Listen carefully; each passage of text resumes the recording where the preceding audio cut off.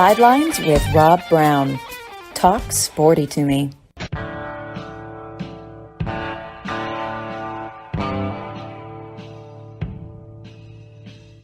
Hi, Rob Browne with you on this Thursday morning edition of Sidelines. Lots to talk about, man. Got back from Atlanta last night, been down there doing the show for several days since Saturday night, and back here at Cherry Farm in Lee Hall Park in Arkansas. It's cold. I mean, God, I don't think it's 50 degrees this morning, and it's drizzling out there. But one constant in life that I love is this time of year, the farmers.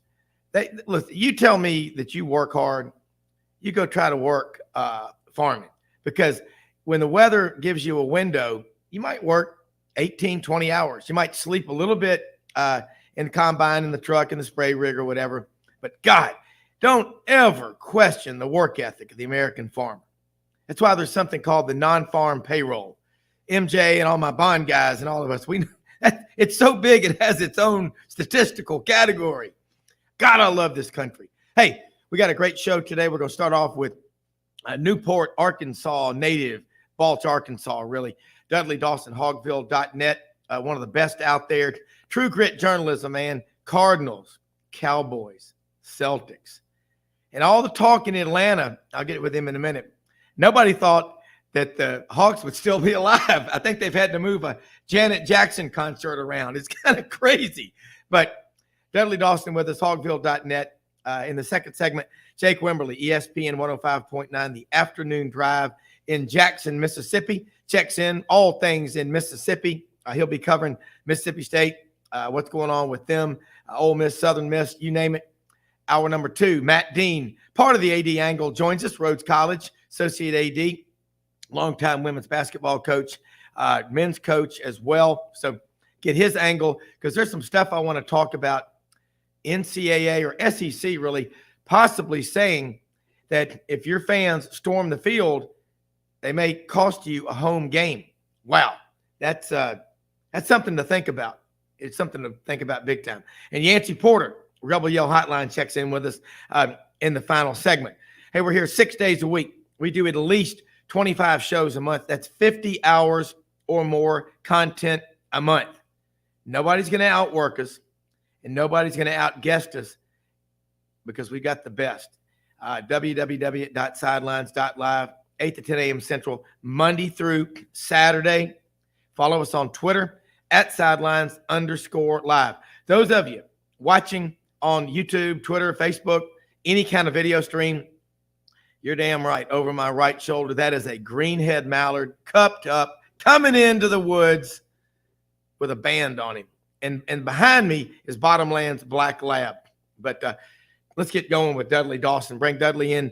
Dudley, man, I tell you, you're back at Pebble Beach, and you got us last week. I love the green. Is that a green Cardinals cap from St. Patrick's Day? It is. Yes, I love it. I have every color Cardinal hat there is. So I love it.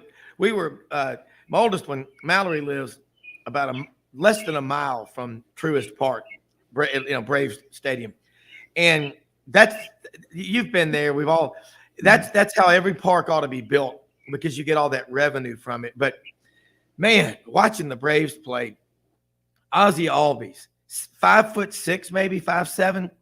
He had his 8th multi-home run game of his career. He's over 100 now, and he's a little guy, but man, he's got a quick swing. I was listening. Coming back, it was Tuesday night. We'd been at a meeting, Auburn Club meeting in Atlanta at the Marriott, and I'm listening to the Braves post game. And then I flicked over to AM 1120 KMOX, listening to the Cardinals. You can't get better than Cardinals and Braves. Is there a better sport? We're going to get to the Razorbacks in a minute, but is there a better sport to listen to on radio than baseball? Is it even absolutely close? Not? I mean, it's I tell Patriot, my wife, that she's my greatest love, but baseball's my longest love. That's going up on the sound reel today, by the way. Hey, Audrey, book it at 5:17 into the show. Dudley just said it. His wife is his best love, but baseball is his longest love. I love that. Keep going. Yeah. And Ozzie, got to see Ozzie when he was a rookie in spring training. The Braves played the Cardinals a couple of games that I was down there for, and I thought, that is a tiny fella, but he looks very talented, and he's turned out to be that. The Braves, obviously, other than the Houston Astros series, have played really well this year. My Cardinals have not, but you don't just because it's the worst start in 50 years, you don't go throwing your hats away. So. No. The Braves are they're building what the Cardinals have had for 100+ years, and a fan base that's just, you talk about, handing down estate planning. Your Cardinals season tickets are in there, but they will be back. The Cardinals, as a baseball town, New York, Boston, they're wonderful. I'll take St. Louis any day. Best fans in baseball. That's what I thought. Dudley, talk about the Razorbacks right now. Big flip on the commitment out of a kid that was committed to Texas February 25th, has a brother on the team there. And you're already starting. Here they go, getting another one. Let's talk about Razorback recruiting and whatever's on your mind with the Hogs. Yeah, Texas Metcalf was a great pickup for them. As you said, he already has a brother here. He committed right after the spring game. It was a big pickup for them. They got, I believe it's 9 4-stars now, which at this time of year is not, it's an Alabama thing, but it's not usually an Arkansas thing. And they're very excited about these guys. They've also got a couple of commits already for, the following year. So it's been a big week for them in terms of recruiting. Also, they wanted to go out and get another tight end and did that. A kid that basically they took away from a lot of other SEC schools, Marquise Gums. 6'4", 230. I'm sure they'll put a little weight on him when he gets here, but had an outstanding season last year for North Texas and filled a role. Now they have about 7 more scholarships or so left to go. Landon Rogers, quarterback turned wide receiver here, got into the portal that gave him 1 more. They're just trying to fill up the depth deficiencies and also, go out and get a few guys that could compete for starter spots. That's what you're always wanting. But we got to be honest about it. In the big scheme of things, you can have a season like you did last year when you have players go down at certain positions and not have enough depth to continue winning. Yeah, and the big one was it Jaden Allen out of Texas that that's 9 4-stars. This is for the class of 24. I'm not surprised. I think when I look at who they've got on staff, and like I said, I know the track record of several of those guys. Everywhere they go, the same thing happens. It's not an accident. It's not luck. And I watched Patrick Kudus, my friend's nephew, the Saxons, that's their nephew. And he's looking like he's playing well. There's a picture of him they sent me. They're wearing those protective pads on the helmets. They even wore them in the spring game. But that just goes to show you there's a lot of serious effort being put into player safety and concussion prevention and all like that. But we mentioned Patrick a lot on here. If he doesn't start, he's going to be in the top 7, so he's going to get plenty of significant playing time this year. They're very happy with him, and he's right in the mold of guys that Coach Pittman likes in terms of offensive linemen and what they do. Yeah, and the defensive line as well. Talk about the improvement on that side of the ball. They really focused on getting some of those guys out of the portal. I think they've got 4 now. They still have a few more scholarships out there to guys. They really wanted to reinforce being big defensive tackles, not for lack of a better term, skinny or athletic looking. He wants run stoppers. There was a problem there toward the end of the year, certainly, when teams were able to line up and get the 3 yards that they needed or however much. And, they had a significant push to get those in this offseason and have done that. A lot of guys who were not only players, starters, but significant contributors have changed schools and come here. Yeah. Well, when you look at what's going on, last year Arkansas secondary got a lot of criticism, but if you don't have a pass rush, how are you going to be able to defend if a quarterback can stand in the pocket and read his first or his second or his third, that nobody can defend against that. So I always, when I hear criticism of a secondary, I go back to the front seven. And if that's not good, doesn't matter what the secondary is. If your secondary, if your free safety is your leading tackler on the team, you're lucky to get, 3-4 wins in a season. Yeah, and they have improved both of those spots. They didn't, just rely on the guys coming back. Ladarius Bishop didn't play last year because he was hurt. He'll be back this year. They went out and got, I believe it's 4 different cornerbacks and safeties, all that were starters at their previous destinations. And, most of them really looked good in the spring game in what was a glorified 7-on-7 event. Yeah, that's why I'm hoping that we'll start seeing games. You could have Arkansas play UCA or whatever for a spring game. At least it'd be more exciting if the coaches put out a plea to fill the stadium for recruiting. We've got to do it. The fans will do it, but you're right. It's a glorified 7-on-7. Yeah, and it was interesting. I got to give Tennessee credit. I think they had 58,000 at theirs. As we talked about last week, attendance was down in Alabama. It was hardly, I want to say just a few thousand here. It's not the big event that it used to be. So, yes, a lot of people came up and got to see Tennessee. Arkansas played Tennessee in baseball. Arkansas softball was also going on. A lot of events were going on, but really wasn't the thing that used to bring a lot of people here. And the fact that, you could see it on TV or streamed on ESPN Plus or whatever. And I believe that you see so much video now from practice, even if it's the first 20 minutes or whatever, it takes a little shine off of the significance of being there. Yeah. And really what you try to do is have a baseball and a softball series at home when you do it. And that's why I think a lot of these dates were staggered the way that they were. Dudley, Razorback basketball, Florida, Ohio State done really well in the portal to this point. Let's get an update there.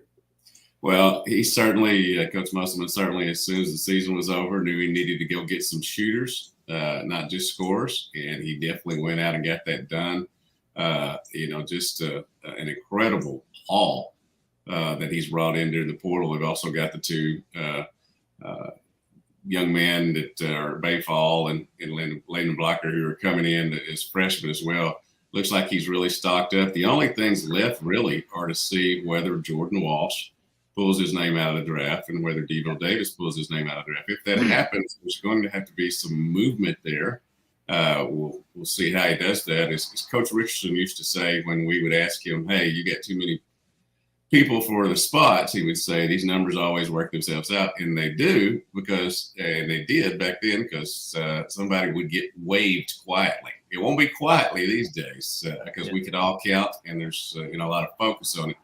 But he, each season has had an emphasis that he wanted to go in. Last year it was height, big guys because they get drummed, inside against Duke. This year it was shooters. And he's definitely gone out to make that happen. Also kept Darian Ford and Joseph Pinion, the freshman from Arkansas, the Arkansas the guys that are, grew up in the state, played in state, had successful years, kept them around. Pinion certainly had some games where he was really good for them. Darian Ford did not get much playing time, but with Nick Smith, maybe Devo, some of the other guards gone, he's going to be probably in the mix now. Yeah. And Doug Dean, one of our regulars on the show last week, declared the death of the Blue Bloods in college basketball in terms of being a coronation by a lot of the folks in the national media to get to the Elite Eight or the Final Four. It's just not happening. I think we talked with one of our guests this week that, in fact, it was Lonnie Demery from Kentucky Sports Report yesterday morning in the first segment up in Lexington, KY. And we were talking a little string music on downtown Lexington, KY. But in the Elite Eight, I think there was one McDonald's All-American. I know in the Final Four, there were none.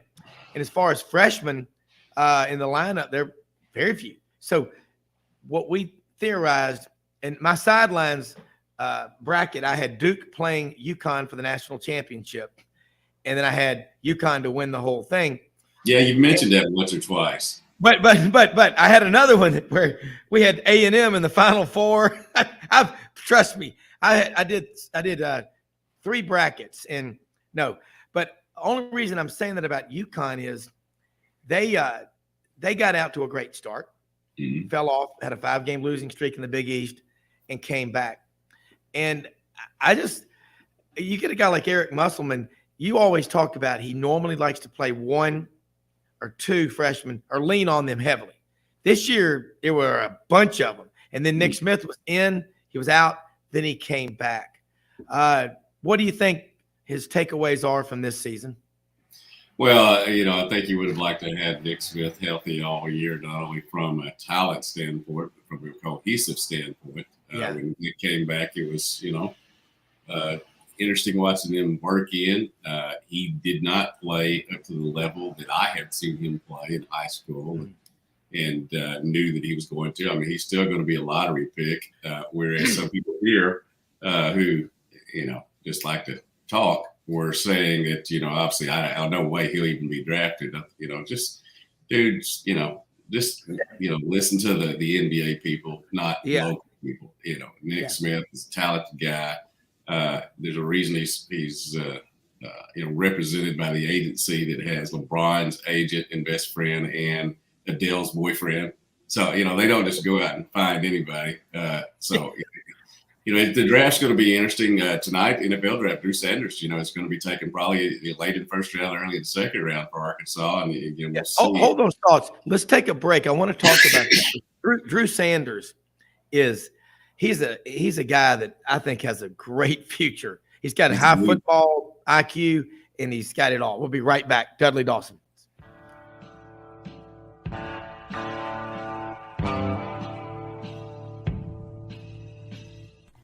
Red River Ford and Toyota, located in Wynne, Arkansas. If you're in the market for a new or used car, truck, or SUV, call, go online, or drop by and see them. Located 45 minutes from Memphis, go off the 4-city exit on I-40 and go north about 15 minutes on Highway 1. Easy to work with and still believe in customer service. If you live out of town, they will deliver your vehicle to you. RedRiverFordToyota.com. Just see what they can do.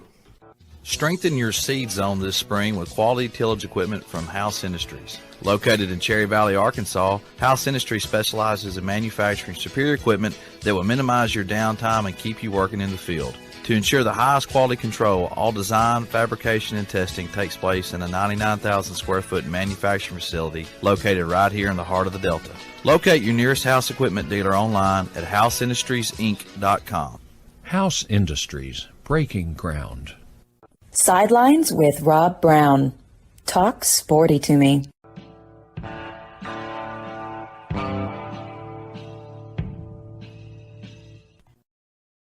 Right, Rob Browne back here on free speech, First Amendment, the right of petition of assembly and free speech alive and well on Sidelines. And Dudley, you were getting into the NFL draft, which starts tonight.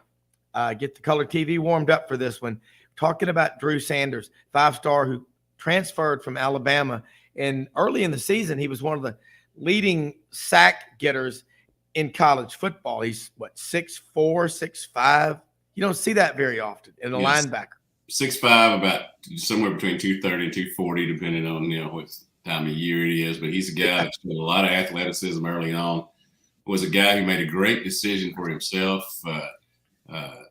Coach Saban wanted him to play a different linebacker spot than he ended up playing here. He wanted to play more outside and some inside. Certainly had a great year here and became a focal point for offenses.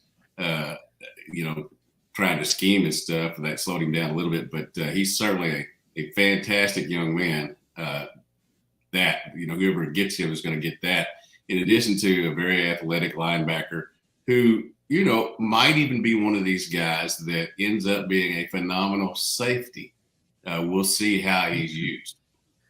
Yeah, and that I wouldn't be surprised. We're going to have stay on if you can. Jake Wimberly will be on here in a few minutes from ESPN 105.9, the afternoon drive down in Jackson, Mississippi. Covers all things in Mississippi. And I'm sitting there looking around at the talent on the Arkansas roster. Last year you talked about the first 22, then the 44, but it was 45 through 85 where they really need to build up. Your report card right now on where they are and where you think they're going to be a year from now. Going to be more talented this year for sure than they were last year. They also will have less experience going into this year in the offensive line, and we'll have guys that the fans hadn't seen play on defense, but they are much better off talent-wise from 1 to, I guess it's 78 right now as they continue to add people.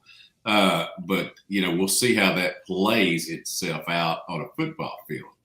They always look good against each other. That's a trap you can fall into.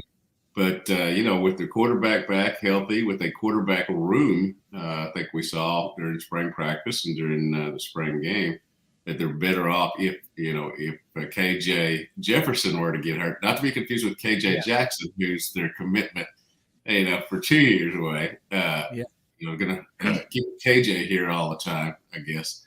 But I think they're more talented. I think they should have a better year when you look at the schedule. But should and will are two different words. We'll see how it plays itself out. I do think that just like Coach Musselman, Coach Pittman knew areas that he needed to get better at, both on his coaching staff and in recruiting, and that has seemingly worked symbiotically. Yeah, and you talk about in-state right now. Arkansas is dominating recruiting in their state, and there's good football. I mean, who better to ask than you? You're on a quest to go to all 200 high schools in the state. That's what true grit journalism is. So you can say, yeah, I've been there. I met with the coaches. I went to practice. It carries a lot of weight. Less than 3 million people in the state, but Little Rock, then the northwest corner, and Fort Smith, West Memphis, and then you get, say, to Texarkana, El Dorado, whatever. They're going to put some players out. Of the top 12, did Arkansas last year sign 9 or 10 of them? 9, yeah. And that's a good group of kids. The previous year with the big offensive linemen they got, those two guys are going to play this year, Andrew Chamblee and Marion Harris. So that's going to come to fruition this year. That class is going to pay off. They'll know that the class that they have in-state this year is as deep as you would want, but they've got several different guys that could be impact players at the top of that class that, a couple of them made decisions last Friday, and Charleston Collins, defensive end, and Courtney Crutchfield, a wide receiver, or two that were of the 5 that I think made commitments this past week, either as high school players or portal guys. So off to another good start in that, and I suspect that they'll continue to have success in state as long as they have the group of coaches that they do now. And you were talking about this earlier in the show. The additions to the staff are being mentioned by the recruits. So both the ones that have committed and ones that are on the verge of doing so. Yeah. Well, Dudley, when I look at, and we're going to get to baseball in a minute, but when I look at recruiting in the Deep South, say you look at Auburn, Alabama, LSU, Georgia, a lot of the kids, the top 5s of guys they're in, you're seeing Arkansas in there. It's what I thought would be happening. You get the right people in there, and you get them up to Fayetteville. They're like, wow, I had no idea. And it is, it's powerful. And then you got the right people selling that, watch out, but they're everywhere. I mean, they're Sam Pittman, all the relationships he has is, it starts at the top, but I think that staff is so attentive to details. I just don't believe in putting ceilings when people say, Arkansas, no, they could, be an 8 or 9 win team. If you ever think like that, you're going to get that. If you think you're going to win every game, you may not. It's hard to do. That's just how I like to think. But it's impressive. What are you writing about in hogville.net right now? Some of the articles people can read, and tell them how they can follow you. And then hang on again if you can with Jake Wimberly, because I want to we're going to get into a lot more baseball here in a minute. Yeah, the baseball, obviously, they play Texas A&M tonight, so I'll be watching the draft on my computer while sitting in the press box. It's early, Otis Kirk has been following the recruiting and having plenty of stories on that, the additions in the portal, and then obviously Kevin is doing a great job with basketball, and John James is getting a lot of photos, of great softball. Has a big weekend series with Tennessee, so it'll be a busy weekend up here. We'll have plenty of content out there at hogville.net, which is the website that covers the Razorbacks. And then Fearless Friday, writing a few high school baseball articles as they get ready for the state tournament. A lot of successful teams here in state that have had great seasons. Some of them trying to go for back-to-back crowns. We'll have plenty of content up there on fearlessfriday.com as well. Yeah, and it's crazy. Again, we got back last night about 9 from Atlanta. Had to stop a lot on the way back for work stuff, and then in Memphis, and came over to Park, and it's cold. It's kind of rainy over here this morning, but hell, that's springtime in the Delta, man. That's just the way it is. But I look around at the SEC, and you see in the West, LSU is on top. Arkansas right there chasing them. They've already played. But look in the East, you've got South Carolina last weekend swept Florida in Columbia. Vanderbilt, South Carolina, Florida, Kentucky, Tennessee, way back. And you're not going to have that kind of team like they did last year every year. How many teams, just based on where we are today, do you see making it to the tournament? And who do you think are our best Omaha chances? Well, I think you have to go with LSU at the top, but also Vanderbilt, even though they got swept by Tennessee last week, has proven that, that they're a great team who makes runs at the end of the year. You got to put Arkansas in there. After that, the way Tennessee played this weekend, it'll be interesting to see if they continue coming, because you don't want to face them in a regional, because they have a lot of good hitters. And if their pitching ever gets right, which it, I guess, did last weekend against Vanderbilt, then they've got a team. But there's so many. I wouldn't be surprised at all if this is a year when you might not make the SEC tournament, but you make the NCAA tournament and then go on a run. They have a couple of teams that don't make the SEC tournament. But from top to bottom, I think is as good as it's been in a while. There are no easy games, as proven by some of the teams going on the road last weekend and not having the success that they wanted.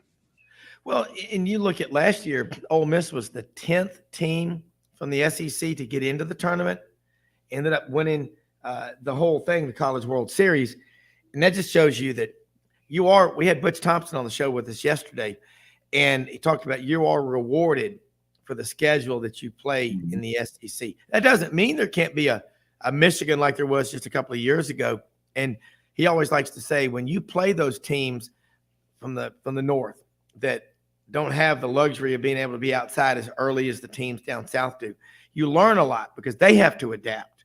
What do they learn from playing indoors and all? But Arkansas skated to the finish and then raced to, basically finish in number 3, at the college series. Yeah. They have some major injuries right now. Leadoff man Tavian Josenberg, left fielder Jerry Wagner. Should be getting back Brady Tiger to pitcher this weekend. And their catcher Parker Rowland turned out to be pretty good. So the injuries, he hopes, Coach Van Horn hopes to have them all back that last weekend series before they would play in the NCAA tournament. Dudley, when we get to that statistic about injuries and pitching, and I asked Butch Thompson yesterday, I said, of your top 3 pitchers, and it was kind of a loaded question because I thought I knew the answer, but, your top 3 pitchers, how many total, combined innings have they thrown in SEC baseball this year? I think for Auburn, it was less than 5. And he goes, that's not an excuse. That's just a reality. That's why you recruit, you don't ever stop recruiting. Give me the numbers on Arkansas, their top 3 pitchers. As good as this team is, I bet you they had never been at full strength. No, Jackson Wiggins and Brady Tiger were expected to be 2 of their top 3 pitchers in terms of innings and success this year. One of them got hurt before the season and is out for the year in Jackson Wiggins. The other, Brady Tiger, had 4 appearances before he strained his UCL and has been out since March 1st. Those were two guys expected to be workhorses along with Hagan Smith. Then Hagan Smith, because of the situation with the injuries to other, had to become basically a Kevin Kopp's 3-inning closer in his role. And now he's started a couple of games again. Excuse me, still trying to get over that cough. I can't. It's allergies. It's not, my wife just gives me a hell about it. I can't stop doing it. So there's, again, like Coach Thompson said, it's not excuses, it's reality. I mean, we put down on paper what was going to happen, and before it could even get going, they were bringing up freshmen to pitch in significant roles that you did not want them to early. You wanted to ease them in, and they were just kind of throwing in fire. They're better for it now. But still, he's not had a full roster, and I know it's frustrating.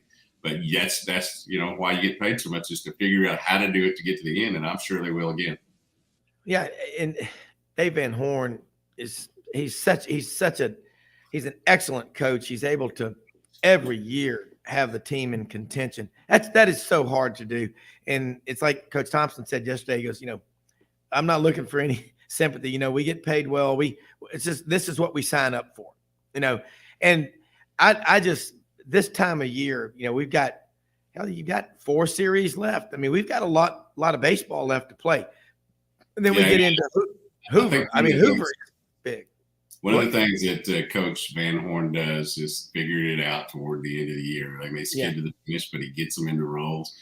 He's worked on that jigsaw puzzle, and as soon as he got it finished, a couple of pieces fell out. He had to go back and redo it. He's been a great coach.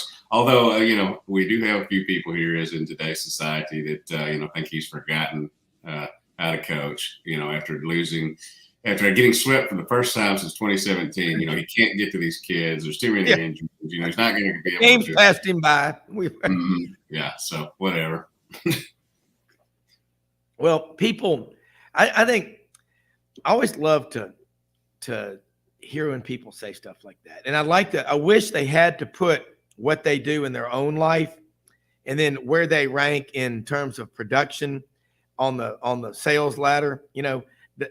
Most people who think like that are not successful in what they do. Yeah, and I've been very, I try to listen. The fans are the lifeblood of the program, and sure. So you got to listen. But they're occasional when they'll just go off the details, and I just have to do this. Yeah. And don't say anything. I just say like, I hear you. Well, when you go to a game, if it's in Fayetteville or Baton Rouge or Tuscaloosa, wherever, when you're sitting in the stands, you'll be around some negative people sometimes, but mostly these people that are investing, which is what you are. You're a shareholder, buying the season tickets, the travel expenses, hotel rooms and ever, they tend to be a positive, upbeat kind of people. And I always say, if you really feel this way, let me take you outside the locker room. I want you to tell him that. Let him know that.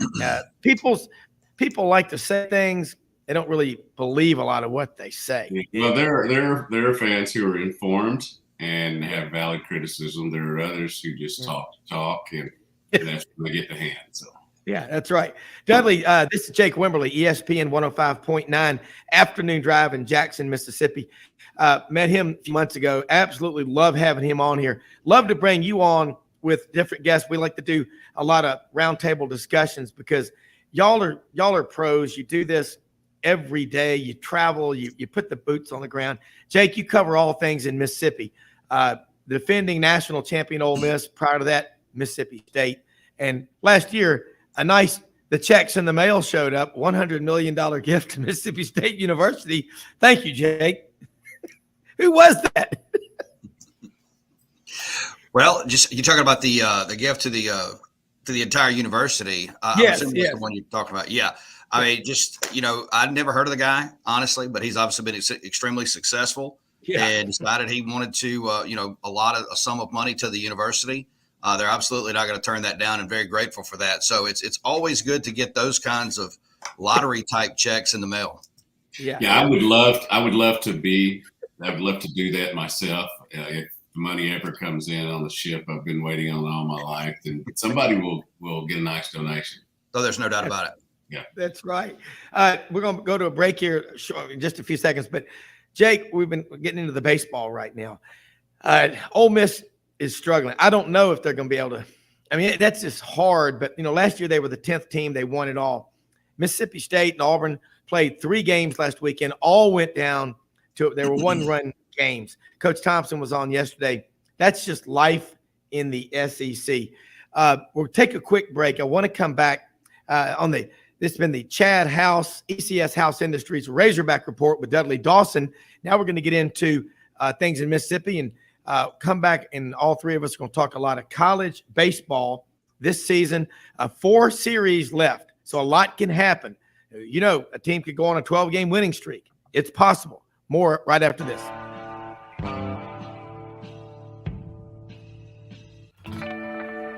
Hi, I'm Eleanor Maynard, a 4th-generation residential broker with Hobbs & Realtors.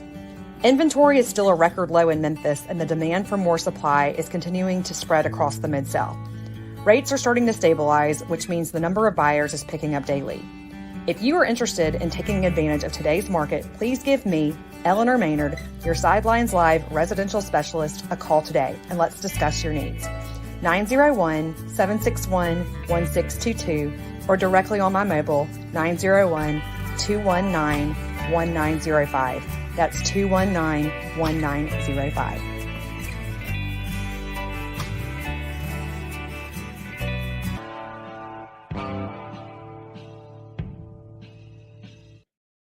But, I mean, it's tough, Jake, and Dudley season. I mean, you could say it's like the chances of District Attorney Hamilton Berger whipping up on Perry Mason in the courtroom. I've got it on in the other room on Me TV. My wife is a Perry Mason junkie. And as Dudley pointed out 2 weeks ago, there was one case that Perry lost against Hamilton Berger, but it was overturned. Yeah. It came back, and so it ended up a win in the column. It's like one of these teams that win the national championship and they take it away. Yeah, exactly. Jake, right now, Mississippi State, Chris Lemonis, they're 2 years removed from winning the national championship. This league, there's nowhere to hide in here. Talk about Mississippi State's baseball program and where you see them finishing out this year. It's going to be tough. I don't foresee it being a strong finish for Mississippi State. They did get a win 2 nights ago against Ole Miss in the annual Governor's Cup here in the state of Mississippi. But you got to go to Tennessee this weekend, a team that swept Vanderbilt. Then you turn around and have to play Arkansas, LSU, and Texas A&M on the back end of this thing over the next month. And this staff just doesn't pitch it good enough, if we're being honest. I mean, their ERA is way too high. They can hit the baseball at times. They've had good plate presence at times, but they just don't pitch it well enough. And I think what you'll see probably is, you can, if they go up to Tennessee and win a game, I think that's a win. Playing Arkansas and LSU, and then Texas A&M, they may have a shot on the last weekend, but it's going to be tough for them to get into this conference tournament. It's going to be tough for them to play beyond that Texas A&M series, and I think Chris Lemonis will have some decisions to make on that staff come the end of the season. Be it recruiting or injuries, I think this year, as you look over the teams, you see that there's not any really other than a couple that know who their 3 starters are going to be each weekend. And there's been a lot of TBAs in there, been a lot of guys that have been starters, much like the Tampa Bay Rays do. It's not been as great a year on the mound, I think, as the SEC used to have, and certainly the depth that they're used to having on these teams. Yeah. Jake, that's hard to – it's tough because as just looking from the outside at Mississippi State, and I look at Arkansas in the same way, both of them have baseball programs that are the envy of the rest of the country. And then here you are in the same state of Mississippi, and Arkansas right next door. I mean, those are 3 of the most incredible fan bases in the country. This is right there. And you're struggling, but I don't know. You say, how does that happen? But is it a pitching thing? We've been talking about the top 3 pitchers, that Arkansas has. I asked Coach Thompson yesterday on the show with us when we were over in Atlanta. I said, how many innings combined have your top 3 pitchers thrown for you this year in the 6 SEC series up to this point? He said, I believe he said it was like 5 combined, but not an excuse. It's a reality. Is that Mississippi State's deal? That's part of it. It's part of it. And then you've got some guys that just are, trying to find, as Dudley said, there's a lot of question marks on a lot of weekends, who your Saturday guy may be, who your Friday guy may be, even down to who your Sunday guy may be. But then I think a lot of it's inconsistency. There's some injuries there, but you can't throw it all on injuries. Mississippi State just hasn't pitched it well. There's been times, especially early in the season, the first 2 or 3 series that they played against South Carolina, Vanderbilt, and some others where they got beat football scores. I mean, we're talking, sums of 27 to 3s, 18 to 5s. And, there's really just, and like you said, there's nowhere to hide in this conference. And, you can call it maybe some misevaluation. Is it something to go along with, the pitching staff as far as the coaching staff? It's something that Chris Lemonis, I mean, he'll get another shot at this, I believe. I don't think he's going anywhere, but I think you'll see some changes again in that dugout. Something's got to change. Yeah. Yeah. The guy who's made the biggest, had the biggest role in Arkansas's pitching staff this year is somebody named TBA, because he gets 2 starts every weekend for Arkansas. Well, yeah. I mean, can you imagine the pressure that these coaches, they get paid well, but again, that's what they sign up for, but not knowing. And pitching, I can't remember. It's just across the board on every team, Jake. People, they're struggling to find 3. And, we were watching the Braves over in Atlanta. I got back last night, been over there for about 4 or 5 days. They had their pitcher Monday night had a perfect game going. And then one of his own players had an unforced error. And then, of course, the Marlins are down 8 or 9 to nothing. They get a couple of hits. But that's a good problem to have. But they've got some pretty good pitchers. Is the reason for the injuries, Jake, you think maybe these kids are starting so young? And Dr. Andrews tells us they didn't hardly ever used to see Tommy John shoulders. Now, middle schoolers are coming in with shoulders like that. It could be. I mean, it's something that I think that people will continue to, in the sports world and the medical world, explore. I mean, I know from my own experience, we've got a 10-year-old, and, he's not a pitcher, but we're at a, select baseball practice about 3 nights a week. We're on the weekends, we're on the field. And, I say it all the time, and I'll tell them this jokingly, and I love them to death. It's too much.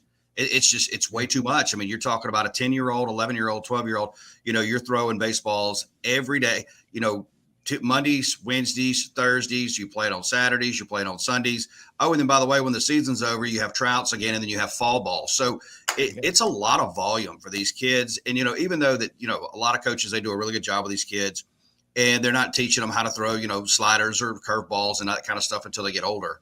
I think there probably is something to the volume of play in baseball. I mean, you look at Major League Baseball right now, and I've always said this, I like Major League Baseball, but I don't watch Major League Baseball. 162 games is way too long. When you think about it, and I know you could go back way in time, and I get a lot of kickback about this, and that's okay. Baseball, when we just had the radio and that's all we had, that was what people did. Now you think about it, when baseball season kicks off, first opening day, it ends, the college football playoff is almost here. That is a long, long season. And so I think what you're seeing, especially with these kids now, it's turned into that type of season for a child, and there could be something to that. Yeah, and one thing I want to add, it's kind of a component that I think it's much better for kids still to be multi-sport athletes, to play multi-sports. I've played everything that Newport offered, somewhat because I love sports. The other was to be off the farm. I'd rather go play a sport than ditch, as I've said a lot, on here before. But I do think that specialization has created some of these injuries, and that's, being over he just listed, it's perfect. He just listed all the things that his son's doing during the week. If you're playing different sports, you've got a varied thing, and you're not putting as much stress on certain parts of your body. And so, I'm a big proponent of being a multi-sport guy, especially young. These 8 or 9-year-olds that I see in the buffet line at Golden Corral or whatever, in their uniforms, I'm thinking, man, y'all should be, like outside playing, but not playing baseball every day, Yeah. And that's interesting, how many few kids are multi-sport. They're almost suiciding at a young age, into one sport and specializing. And every doctor, orthopedic surgeon, like Dr. James Andrews will say, give your body a rest. He said, not shut down and just lay around and, watch SpongeBob, but give your body a rest. And I mean, golly, we're all about the same age. I mean, I work out all the time, but I'm telling you, you can't do it at the same, you can't be at competition level 12 months a year in anything at any age of your life. So, hey, I got a question I want to throw to you. I'll start with Jake and then Dudley, jump on in after this. What about these reports coming out that the SEC may take away a home game if the fans storm the field? And my reply to that, I'm trying to think of who it was. I was on Twitter last night. I just said, hey, what about a 5-minute pause? You let the players and the coaches get off the field, and then they can go on the field. I mean, I've seen some crazy stuff. I saw, Georgia fans come onto the field at Auburn back in 1986, and Auburn had to use the sprinklers, which if you hold them in place, they're like a hose. And I saw people getting knocked off their feet with those things, but they were tearing up the middle of the field. And the next year, we all went up to Athens for the Auburn-Georgia game wearing trench coats with rain hats, thinking we were going to get soaked, and we won the game, and we didn't get even wet. But what do you think about that, Jake?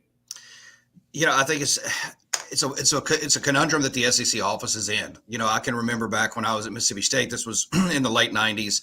Mississippi State beat Arkansas and stormed the field when they won the SEC West and played Tennessee for the SEC title.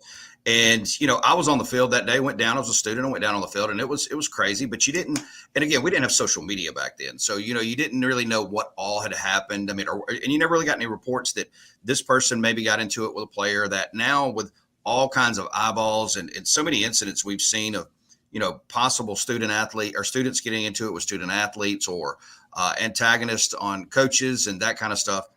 And the uptick that we see, and everybody wants to sue. I mean, just look at some of these crazies that want to sue Morgan Wallen this past week for having to cancel a show in Oxford.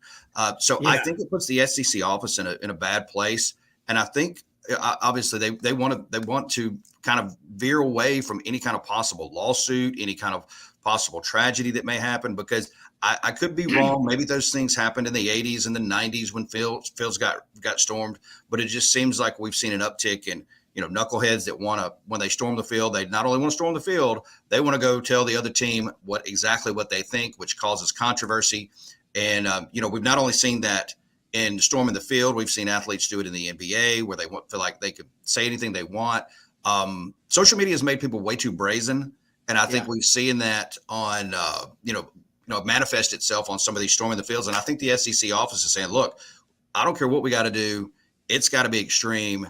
And I do agree with you. Maybe taking a win away is a little extreme, but I think that's the corner they're in. Speaking of last night, we let the liquor talk. I'm telling you, I think it's great that the fans want to storm the field, that they have the passion and all that. But I've been in a few situations that I've had to push people. Thankfully, it hadn't been, caught on video yet. But, and I'm not the biggest guy. But, man, you come after me and my computer, and really my computer, we're going to go to town. That's right. Speaking of Mississippi State had some fans back in the day that beat when Mississippi State beat Arkansas in Corliss. I forget what year it was that Corliss and was. It happened, but me and a fellow reporter named Bob Stevens, there were guys trying to come over the press table when the press tables were on the floor, and we just took a dude and just rammed him into the floor WWE style, and that was fun. But again, I'm protecting that computer because for the longest time I didn't know that the company had insurance on those computers. I thought if it got messed up, it was going to be me having to pay for it. Yeah, here you go. And I mean, I can remember in 1981 when Pat and I came to Auburn, he said, we're not going to, I know this sounds crazy. He said, we're not going to go out and mingle after the game and shake hands. He said, and people were like, what are you doing? What are you talking about? He goes, well, I've seen some awful things happen. People get, kind of after a game. And he was just talking about their fights. So we always act like we've never seen this before. My dad graduated from Christian Brothers High School in Memphis, 1947. He said the worst fight he ever saw in his life I think it was the end of the CBHS Central game at Crump Stadium. And the two guys, one of the guys that was in the fight, the toughest guy out there, ended up being the Episcopal Bishop of the Diocese of West Tennessee. And the other one went on to do something else like that. But, I mean, there's always been, tempers after game. But maybe that 5-minute cooling off period, guys. Well, I think there's got to be somewhere between the middle ground of fining somebody $250,000, which I think is what they do now. And if you take away a home game, in SEC, that's millions and millions of dollars. So there's got to be some middle ground there. And I know that Commissioner Sankey's probably trying to figure it out. When this was floated, and we know that's what it was, when this was floated this week to kind of get feedback on it, that was, met by a lot of athletic directors and the people who count the money at the schools go, wait a minute, wait a minute. So Jake, No, it'll be a topic of discussion. As anytime these guys meet, as they come up in the spring meetings, anytime it'll be a topic of discussion that'll be asked at SEC Media Days. That will come up then. It is something, as Dudley said. I mean, it was floated for a reason this week, and I don't know what the answer is, but the SEC wants it to stop. And talking to David Murray, who works for Gene's page, he's been covering Mississippi State sports for a number of years, probably as long as anybody. David said, some of these universities are in kind of a pickle with this because take Starkville, for instance, Davis Wade Stadium. You've got about 3 entry points into the stadium, and you can kind of protect those entry points and hold people back a little bit. Some of these stadiums have way more than that, and it just depends on every stadium's different. Access to the field is different, so it's not just as easy as saying, "Hey, we'll take a home game away from you," because how do you that may set off an alarm in an office in the athletic office of a particular university, but how do you curtail 70,000 people or 60,000 people that really don't give a rip because at the end of the day they're not having to pay for it anyway. Yeah, well, and people, I guess it drives me crazy. People say, "Oh, that's nothing. We got a booster." You ever seen somebody write a check for $250,000? I mean, I do in my financial wealth management practice, and it's a lot more than that. But what always gets their attention is you say, if you don't do this estate planning, I want you to do this. If you're not going to spend the money to do a trust or whatever, my attorney friend who passed away, Barry Black, this years ago, he said, bring your checkbook to this meeting. And so this couple did. He said, all right, here's my pen. So make sure you got one that writes. $1,723,223.19. Write this to U.S. Treasury. And they were like, why is that? He goes, that's what you're going to pay in estate taxes on today's dollars if you do nothing. And you talk about, well, our boosters will pay $250. Try going to those boosters. Who is that idiot out there that's going to write the $250,000 check? I think it's a big deal, but y'all are right about social media makes people brazen. It makes them crazy. About to go to a break. Want to come back. Jake, I love what they've done at Mississippi State, just like at Arkansas. That's 62,000. That Jumbotron, that's a horrible place to play. And I personally love the Cowbells, and I'll tell you why. Because it's a damn tradition. And Sidelines is built on a 3-tiered platform. History, traditions, and heroes. And free speech and free assembly and the round table effect. I want to come back. I want to get your thoughts about that. And Dudley, what's going on up in Fayetteville, because both of those they're horrible. I mean, I'm saying it's good for the home team, but for the visiting team, it's deafening in there. And I love this. And maybe the 5-minute cooling off period, or you just go outside and raise hell. They got to do something to celebrate. We'll be right back.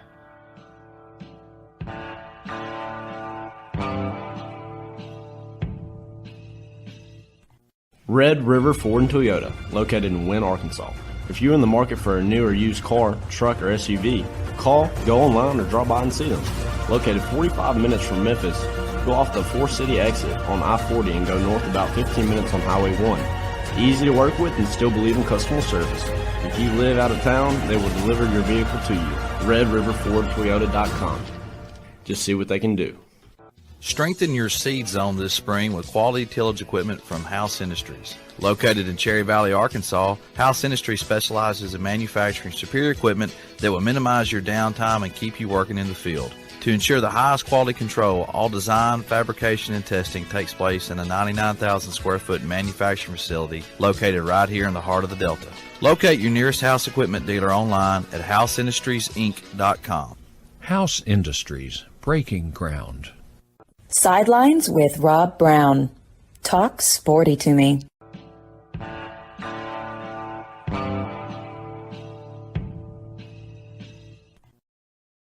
Browne, back with Dudley, Dawson, and Jake Wimberly, and got a few more minutes with y'all. Leo Seal. My dad's been to a lot of games with his friend Jan Gwynn, huge Mississippi State supporter from Memphis.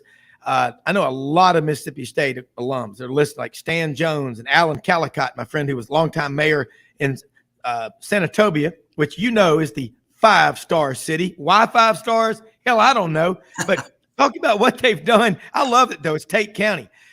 Tell me about what they've done at State and Dudley about Arkansas. But start with you, because if you have not been to Davis Wade Stadium, Scott Field, Starkville, Mississippi, there's movement in the aisles. We'll wrap this one up in maroon and white. Send it down to John Carrero. Jake Wimberly.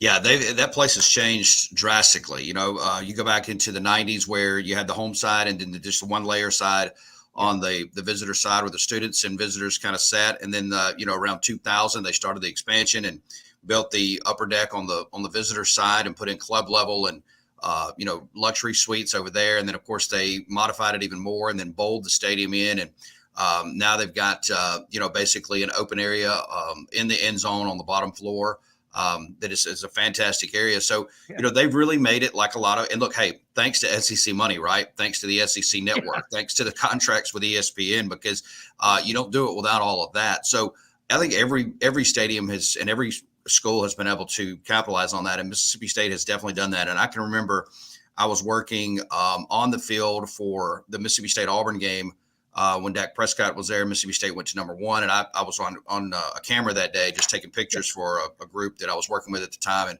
I just sat back at one point and just kind of took it in because that place had never been that loud. And at one point it was deafening loud. And I thought, wow, I've been to a lot of football games over the years in this place, and it's never sounded like this. And it felt like, because, we've all done it. I've been on the ground floor at Alabama, LSU, and all these places. I said, wow, this kind of feels like one of the big boys all of a sudden as far as the atmosphere is concerned. And that's what they've been able to do. Hat tip to, not only the current athletics director, but John Cohen, and also to Scott Strickland and Greg Byrne and others that have come through there that have had a vision to make this a big time game day place to play. And then look, like him or not, you got to give credit to Dan Mullen because he helped really kickstart that there. Yeah. I would say when I first came up here 42 years ago, there were 30,000 people in the city of Fayetteville, and there were 30,000 people in the stadium, and it didn't hold much more. They have made a lot of great decisions over the years. The best one of all was Frank Broyles pursuing an SEC entrance and being able to do that. I think when we mostly, I'm just getting an info here, I'll tell you in a second. When we didn't know about that, it turned out to be the greatest decision ever made. They've been able to raise their facilities to a top-notch level and be able to do things that I would have never guessed. The Northwest Arkansas part of the state obviously has continued to grow with its businesses and different things. And it has been a situation where you have just been amazed at what they've done both on game days and with the facilities to get it done. The thing that I Dudley, hold that thought. Yeah, just know Darian Ford has entered the transfer portal, Arkansas basketball. That means that one of those two guys, Jordan Walsh or Devo Davis, is coming back, I'm sure. Yeah, it's unbelievable. Dudley, hold that thought. I know Jake's got a heart out at 9. Let people know how they follow you. You got a great show in the afternoon, and love having you on anytime. No, I appreciate it as always. So just on Twitter at Jake Wim. The show, you can find it if you're coming through the state of Mississippi, just turn the FM dial to 105.9. And then you can always stream it anywhere on the zone1059.com. Of course, today is NFL Draft Day 1. We'll be talking a lot of NFL Draft as, we've kind of been hit with a fire hose with that. We'll see if Will Levis and Anthony Richardson can create some noise tonight. So it'll be fun. We'll do that. Also, we'll get into some Ole Miss sports today as well. All right, looking forward to it. Jake, thanks so much. Thanks, guys. Dudley, great to meet you. Thanks. You bet. You too, man. Hey, Dudley, I didn't mean to interrupt you. I know he had a hard out. He's got to be on another program here in just a couple of minutes. But I do as well, but I did want to point out to Darren Ford because we had mentioned him earlier. He has entered the transfer portal, put it on his Twitter, and hate to see that happen, but it's the way of college basketball these days. I think he wanted to stay, but he was probably a mutual decision now. So. Well, and I didn't mean to cut you off on that thing, but you were talking about what's going on. I remember the old stadium at Fayetteville held 41,000. I remember being up there in 97 for the Auburn-Arkansas game. I think it rained really hard. Auburn pulled out a win. They were lucky, but that was also the year in 97. Danny Ford, lost his job at the end of that season. And I think he went to Frank Broyles and said, hey, next year, if I can have one more year, we're going to have a hell of a team.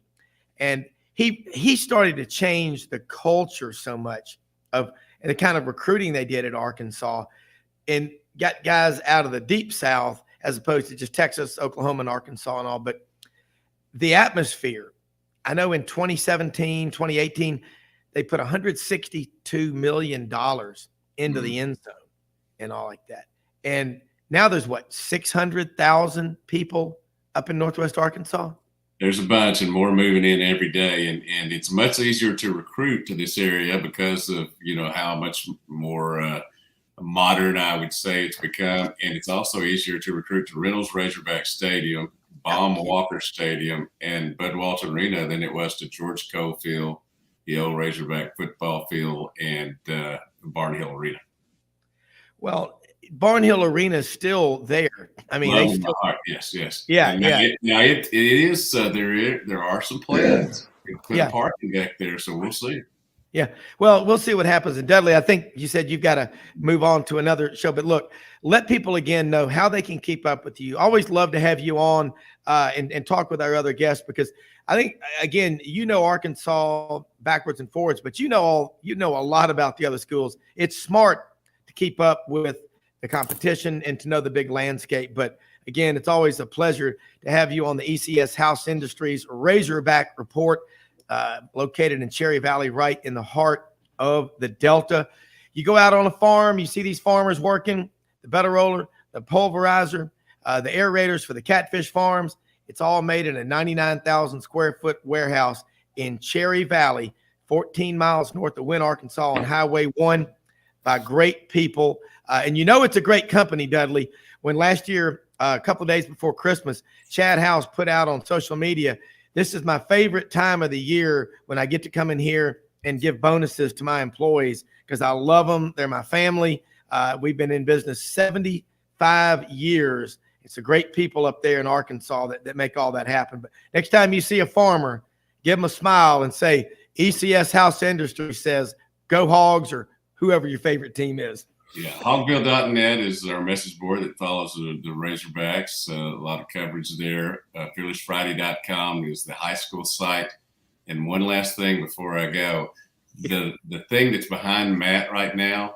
Yeah, I've always been called a bull in a china shop. I had a grandma who would not let me anywhere near that. Yeah, she would tell me to go outside. She had something that looked like that. I never got to get close to it. See y'all later, guys. Hey, take care, Dudley. All right, love it. Go Celtics. I'm going to tell you what, man. Dudley, Dawson, Jake Wimberly been on here. We've been doing a lot of talk about SEC football, basketball, baseball, Mississippi State, Arkansas. We're going to get into Ole Miss in the second segment. John Hartwell is out today, so the AD angle, we've got one AD. We don't have both ADs, but John, remember, is in Baton Rouge on that mission that he had to go to, which, as you and we talked about it with him last week, that's a very important mission for John Hartwell and Louisiana Monroe. Always love it when you're on. A lot of sanity, a lot of clarity on issues. Real quick, we talked about this toward the end of that segment. The SEC talking about taking away a home football game, a conference game, I guess is what they're talking about. if your fans storm the field. You know, and I'm trying to think of the times I've ever seen Auburn storm the field, and it was I know it was in 2013 and 2019 against Alabama. That's a credit to Alabama when they lose because it's epic under Saban. But, you know, there were coaches. We talked about Coach Dye back in 81 came to Auburn. He didn't have names on the back of the jerseys. Maybe that was to increase program sales. Hell, I don't know. But he said, I've seen some pretty ugly things happen on the field after games. We always think what we're seeing now, Matt, it's never happened before. But there have been, you know, shaking hands. But now, you know, we see that. He was just saying, let people cool off. That right after a game, some crazy stuff can happen. But, you know, I was in Knoxville last year when they beat Alabama for the first time in 15 years. They stormed the field. And, you know, we saw the Alabama player that bumped into the Tennessee fan. I don't know what the hell was going on there. But it can get kind of scary when you're down on a field. If Iowa were to beat Ohio State 56-3 in Iowa City late in the season, both teams are undefeated, what would happen up there? You telling me they wouldn't get a little bit riled up? Well, you know, Rob, good morning to you. Hey. In Urban Meyer's last year at Ohio State, Iowa actually beat Ohio State 55-24 in Iowa City. I know. And I think a lot of this, Rob, and you correct me if I'm wrong here, but obviously the Tennessee one last year had been because of the futility of the last 15 years. But a lot of these things happen when, you know, you have a program that comes out of nowhere and all of a sudden just has a great year and beats someone that no one predicted they would ever beat. So, like, how do we police this, right? Or how do we handle this? You know, because I'm not sure I want to start taking away home games from people. I mean, that's lost revenue. That's probably losing a game because it's harder to win on the road than it is at home. But I also agree with Coach Dye's analogy. Last year I was watching Oregon State, which is a huge rivalry. Oh, God. Oregon State came back from a 3-score deficit, broke our hearts in the fourth quarter, and they were on the field pretty quickly after the game. And then after the game, we see a Twitter film of a fan getting up in an Oregon Duck face, a player's face. And, you know, the Oregon player, like you said, full of emotion, lose a rival game, lose a close game. Yeah. He shouldn't be subject to that. But he said some things that were caught on camera that were not pleasant. And then all of a sudden we want to hold that kid accountable. Yeah. You know, and I'm like, the other kids shouldn't have been on the field in the first place. Yeah. In this, you know, initiating this thing. So I'm really torn. I'm across the board on this whole thing.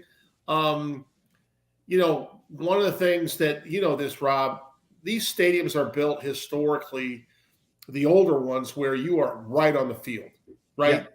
Yeah. So there's almost got to be a situation where, I don't know, you have, caution tape rope, whatever you want to call it, you add security personnel, or you just don't let it happen. But, I mean, how are you going to stop 100,000 doggone people, Rob? You can't. So that's why I can see the commissioner's point, but I don't know, man. I think that's pretty extreme. Yeah, that you think about the economic impact of a home SEC game. It's got to be $15 to $20 million on the local economy, easily. Hell, I remember back in the late 80s, it was $7 to $10 million a game for a school like Alabama or Georgia or Auburn. So, you know, now I did get this question here from, oh my goodness, from the ghost of Irk Russell, legendary Georgia defensive coordinator, the ghost of Irk Russell in Valdosta, Georgia. And he says, ask our good friend Matt Dean, in all seriousness, how many times he thinks Iowa will score in double digits this year. No. Hey, I remember. I want to answer that question. Yeah. You tell our good friend, Irk Russell, We have gotten Cade McNamara through the transfer portal from Michigan at quarterback. He is recovering from an injury. And he's almost 100%. He should be ready for fall. He looked good in 7-on-7. Also, their tight end Eric All followed him over from Michigan. You know, Iowa always has a great defense. I'm going to say we're going to average 24 points a game this year, Rob. That means that certain games we probably won't be at 20 and certain games will be above 30. I think Iowa is going to be one of the better football teams on the west side of the Big Ten because of all the personnel they return back on the defensive side. Matt, okay, you're saying 24. Cade McNamara is a damn good quarterback. He is. That's a big deal to go get that guy. I mean, if you think about Des Moines to Minneapolis, St. Paul, the Twin Cities. Yeah. What is that, a 3-hour drive? It is. It is, exactly. Maybe 3? Okay. And I've been up there in Iowa and Minnesota. People forget how passionate. I mean, Iowa ain't just football. They pack it in for basketball, wrestling, women's basketball. Now, gymnastics is big in the SEC and around the country, but wrestling in Iowa, the Iowa State-Iowa wrestling match, and I'm not talking wrestling, stepping on glass and throwing it in the face of the opponent and, hair matches and loser leaves town. I'm talking about Greco-Roman wrestling. Grappling, right? We're talking about Were you a wrestler? Were you a wrestler in high school? Hey, this is a fact about kids that grow up in the state of Iowa. I had to take in middle school in PE a wrestling segment. That's how popular the sport is. So we were forced in PE to learn how to wrestle. If we want to go do it in high school, we could. Obviously, I did not. But that's how committed they are. They have it as a PE segment in middle school. Wrestling. Think about when you get a football player like who is a wrestler. Auburn had one, Evan Coe, a couple of years ago, defensive end out of North Carolina, who was a big guy, 280 pounds. He was a back-to-back state champion, but he had other issues, something. But he was a good player when he had his head right. But leverage and strength, it's so. I mean, now if you don't wear that protective gear, guess what happens to your ears? You get the old dreaded cauliflowered ears. Yes. You got to be careful. But you talk about getting in great shape. Legendary school in Memphis that was so dominant for so long, the Bishop Byrne Red Knights, and now Christian Brothers High School. I mean, if I was Shug Jordan, when he was at Auburn from 51 to 75, winningest coach in school history in the Hall of Fame, stadium's named after him. He required the football players in the offseason to do 2 things or both: swimming, wrestling, or both. Mm-hmm. And why not keep doing that? We'll be right back with Matt Dean, wrestler. Hey y'all, it's Ainsley from Hewlett & Dunn, just coming to let you know about our new collection of boots. It's going to be our dress boots. They're the Horsepower collection, and they're genuine exotic leathers and really comfortable. Comes in all different sizes and patterns, so come check them out.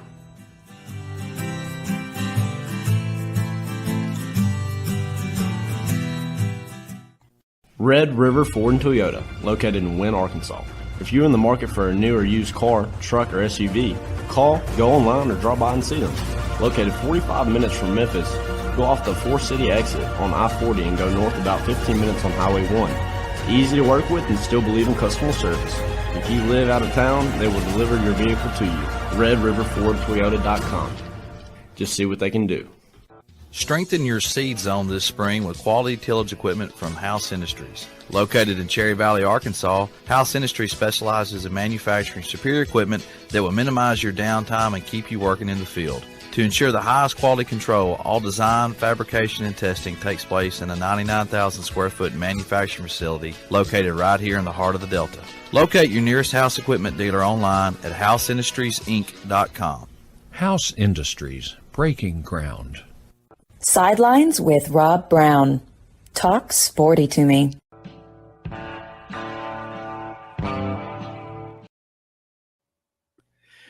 Matt, again, multi-sport athletes. You get a kid, if you sign a kid from Iowa, from some town like Amana, or Mount Ayr or Waterloo, you know he probably has worked. A lot of them have grown up working on farms. Trust me, we're going to start a man camp over here at the Cherry Farm. Teach people how to split wood, load firewood, change a tire, fix a flat, run a tractor, work on the smoker, stay up all night, grilling Boston butts. And I want to say this too. A lot of people on this show have been so generous to send money to help these folks over and win. I don't use the term victim. We got enough of that crap in America. I call them the tornado people. They got hit and they're working their butts off to clean up that mess. They were back in school within like 11 or 12 days. Small town Arkansas, their tornado response team was incredible. But thank you so much, because I know MJ stayed up last Friday night, all night, kept catnapping to cook those 8 butts. He gets over there, and Darlene and Walter Hill, our friends in Wynn, they are incredible people. She's got Fannie Mae's mobile barbecue team in Wynn, Arkansas. They had him cooking. He served 377 hamburgers to people, and then got 8 butts worth, which will feed about 155, maybe 200 people. But thank you so much to everybody that cares and helps people out. And that's one of the things we try to do. And another thing, though, you get a kid from a farm background, throw in wrestling, and they play sports and academics. Man, you got Wally Cleaver, man. That's you know what I'm saying? That you get a kid from Iowa. I've always said, why not go get a bunch of those Germans with names like Schultz and Damkrogger and Steinkuhler from the Midwest and play them on the offensive line? I mean, I'm being serious about that, because Iowa has a big endowment, a great medical. It's a fantastic school, as is Iowa State. And a lot of times people forget that because they're in the middle of the country. But when you go out there, one thing you'll notice, those people are just as passionate as we are in the South. Rob, going back to wrestling, another state that is right up there, and actually Penn State won the national championship in wrestling this year. They were 1, Iowa was 2, right? They're both in the Big Ten. But those Pennsylvania kids are tough kids as well. And you see a lot of guys in the trenches that play in the league today that are from both the state of Iowa and Pennsylvania that have a wrestling background. 2 that come to mind from Iowa, Tristan Wirfs, who's been a pro at Tampa Bay Bucks when he got drafted in the first round a few years back. He helped protect Tom Brady. And then Tyler Lindenbaum was drafted in the first round last year by the Baltimore Ravens, and he's their starting center. And those 2 guys, legendarily in the heavyweight division, competed against each other in wrestling for the state championship and ended up playing with each other in Iowa City. You can look at Iowa's roster. It's got to be, I'm guessing, any in-state kid they get, Rob, has got to, there's a great chance. I'm not talking about the skill positions, maybe. Yeah.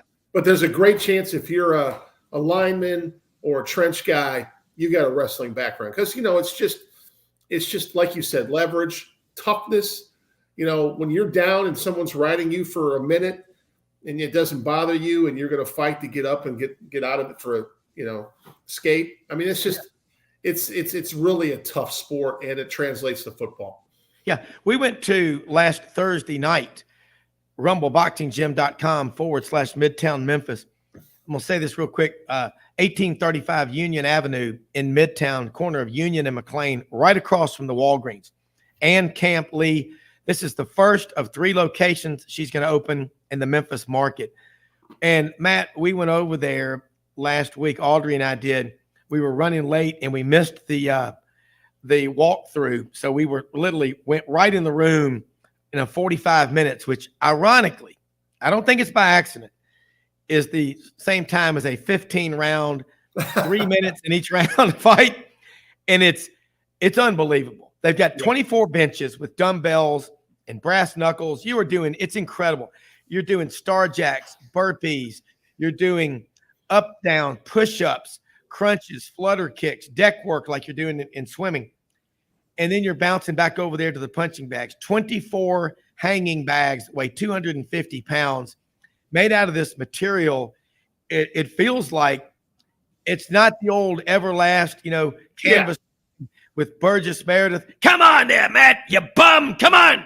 You got get him again, hit him again. It was a 45 minutes, one of the best workouts I've ever had. I bet. Ideally, my favorite work week on working out is 5 or 6 swims, 3 or 4 bikes, 3 or 4 runs, 3 weights, calisthenics every day. That's what my goal is every week.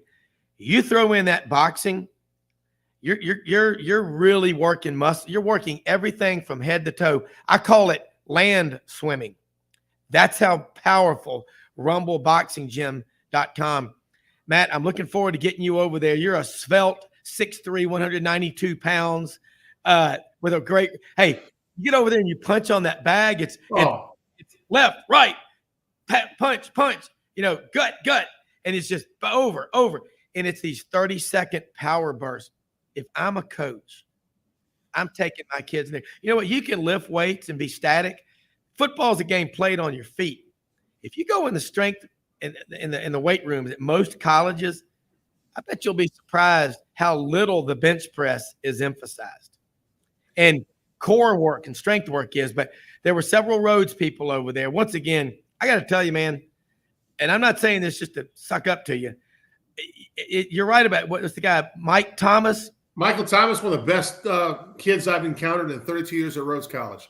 Yeah, and everybody over there said the same. Yeah. And Matt, look, I'll tell you what, Audrey and I'll take you out to dinner when you come with us to that class. You're going to – because we went down to the tavern last Friday, by the way, for Rocky's birthday. And coming up in November, by the way, will be the 70th anniversary. I got to get there in November with you. We got to go. I think November 13th, I think it was, in 1953. Rocky was a little boy. And, of course, we were down there the other day. Dee Dee Malmo, Chris Perkins, Jeff Heimbach, and Tim Moran, a bunch of my friends. Chicken George was down there. People love Rocky. And but, God, I got to tell you, the kids coming out of Rhodes, they're just – if you meet people from Rhodes College, they're really smart. That's a given. But they know how to work, and they bring it every day. They got that Frank Beamer, the lunch pail. Do you bring your lunch to work every day? Let's bring back the old lunch box, Matt. You ready? Blue collar work ethic. Are you ready for it? I just think, what you described epitomizes why I've stayed here 32 years. I mean, yeah. People ask me, why have you been here so long? What's neat about Rhodes? I said, it's the people, it's our students, it's the work ethic. My son was at Knoxville for a semester, decided to come back home. And I said, son, 2 things. I said, first of all, it's not Candyland. Okay. Are you ready for this? And I said, secondly, if you can get a Rhodes degree, it's going to just stay with you the rest of your life. And it really has helped him in the transition to working in college football. Tyler has been blessed, with opportunities at Memphis, Texas A&M, and Oregon. He'll turn 28 next week, and he's already, moved up the ladder at some pretty big places. And I credit that to his drive and work ethic, but a lot of it happened at Rhodes College. Yeah, no, it's like a little over 1,900 students. As my dad, an architect, says, he goes, boy, I've been to a lot of campuses all over the country and internationally. Yeah, he goes, it's probably the most beautiful campus in a city I've ever seen. The comparable thing is, believe it or not, go up to Smith Mountain, the Blue Ridge Parkway, Blacksburg, Virginia. Yeah, home of the Hokies. You told me that. It is absolutely gorgeous. It's that stone, but y'all have your own rock quarry in the state of Arkansas. We used to. I think we sold it, but I think we used to. I know we had it when I first got here, but the last few years, I think we got out of that 10 years ago, I think, Rob. But that is true. We used to have that. The Paul Barrett Library, the refectory, the dormitory, the cafeteria. It's special. And you're right about staying at a place because of the people. Tell you something cool. We were at this thing called the Auburn Ambush at the Atlanta Auburn Club Tuesday night at the Marriott, beautiful hotel. It was packed. And they had Andy Burcham, Auburn play-by-play for football, basketball, baseball, was there. Jason Campbell, the new color analyst on the network. They had a panel up on the table, up on the deck. You had athletic director John Cohen. You had Hugh Freeze. You had John Kleiner, the golf coach, my friend Greg Williams, the equestrian coach, and Bruce Pearl. And it was a great panel discussion. And Hugh Freeze, it was so funny. He goes, you know how he talks? He's so kind of quiet. He goes, when I leave here tonight, I got to go do this. I got to get on the phone. I've got them texting me right now. And I'm sitting there like, that's what, I mean, they get paid a lot. They do. But it's just nonstop. And then Greg Williams, talked about the equestrian coach, and he's got big plans. I mean, 6 national championships, 3 or 4 on the old system. So that's 9 or 10. And I said, you've won 5 SEC championships in a row. How many have you won total? He goes, to be honest, I don't even know. I don't keep it, but he's so myopic. He's about our age, incredible guy. And talked about the portal. Does that affect equestrian? You got 41 girls on the team. And Bruce Pearl said, hey, are any of your horses going into the portal? and Greg Williams goes, oh, there are a few horses I'd like to get in the portal from some other schools. But I mean, Bruce Pearl goes, he said, think about the portal and NIL and how crazy it is. He goes, so let me just tell you from my perspective as a coach, multiply that times 5. He goes, It's crazy. So I think the free market's going to work it out. I got to ask you this, as a coach, and just volunteer coaching many, many years in cross country and track and field. And I got 2 boys, and I've remarried. Now I have another daughter. I have two daughters. It's not even close, at least in middle school, the ease of coaching girls versus boys. It's just different. Trying to 5th through 8th grade boys is like, herding confetti in a windstorm. It's tough. The girls, once you get the top 5, you really need 6 or 7 for the tiebreaker. You get a core group of them, they ain't letting each other down at that level. Would it drive you crazy? And Yancy Porter's on here with us right now from Rebel Yell Hotline. But before we go to Yancy, would it drive you crazy having kids come in your office? Money for Nothing and Your Chicks for Free was a big song in the mid 80s from Yancy Porter was the drummer in Dire Straits. I knew he'd laugh, but would that drive you crazy, Matt? And then we're going to go to Yancy. I think, for me, I got out of coaching 5 years ago to go into administration. Yeah. And looking back on it now, I probably made the right decision because I don't want any part of the portal. I really don't. Now, I will tell you this. To be successful, you have to manage the portal really well. And I think if you look at the better programs in the country, they're doing just that. And it's almost like, with what Deion's doing in Colorado, it's almost like an NFL methodology. It's almost like free agency, right? Yeah. I don't like these guys. Forget the commitment to them. Get out of here. I'm going to get some new ones. And that's the thing that I miss about coaching is development, getting a kid that first year and having them meet their potential, right? Yeah. And that's that journey and watching how a student athlete comes in and doesn't play a minute and becomes an all-conference player, you can't buy that internal satisfaction. And that's what I think we're getting away from when you look at the portal. It's just like these quick fixes to problems. We're getting away from player development. Yeah. I get it. I understand why we're doing it. It's a big business at Division I level. You got to win. You got to keep everybody happy. But man, a lot lost this whole shuffle is the development side of players from day 1 to year 4. Yeah. And my dad, architect and artist, famously says, boy, there are few things in this world as ugly as a half-finished painting. And I'd also say a half-developed player in your program. So Yancy Porter, Rebel Yell Hotline, first down, Ole Miss. Any of those lately, I tell you what, it's been tough on the Rebels these last few months. 5-6, losing the end of the football season. I believe dead last in basketball and dead last in baseball.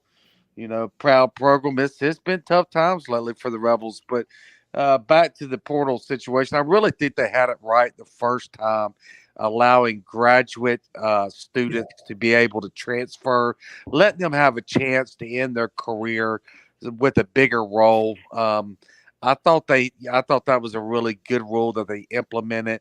And then, you still had time to develop players under that old format.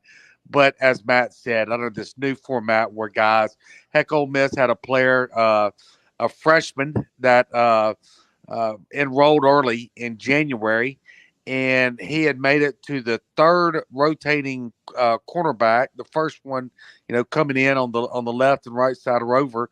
And he transferred out by the end of spring practice because he didn't get the starting job. This is before the start of his freshman year.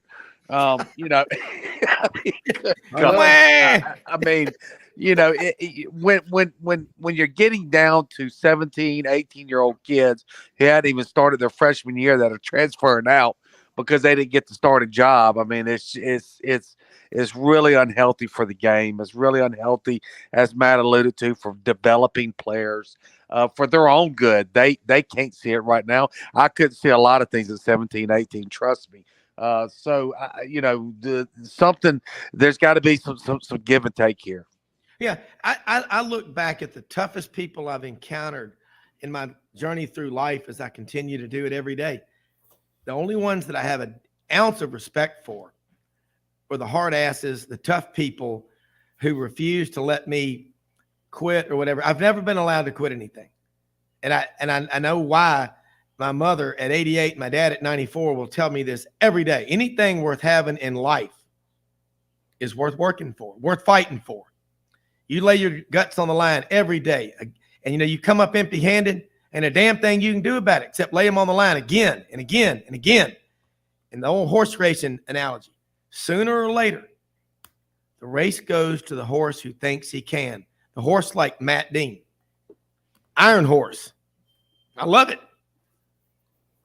Well, I will tell you this. I certainly at age 55 don't feel like Iron Horse. I'll tell you that damn much. But, Yancy, I was going to ask you the excitement in the offseason created by Coach Beard. That's got to be very palpable. I mean, honestly, we know the story. We know the backstory, but Coach is obviously one of the better coaches in the country. And it was difficult for me because I'm a big fan of Kermit Davis, and I thought it would go better for Kermit. It obviously did not.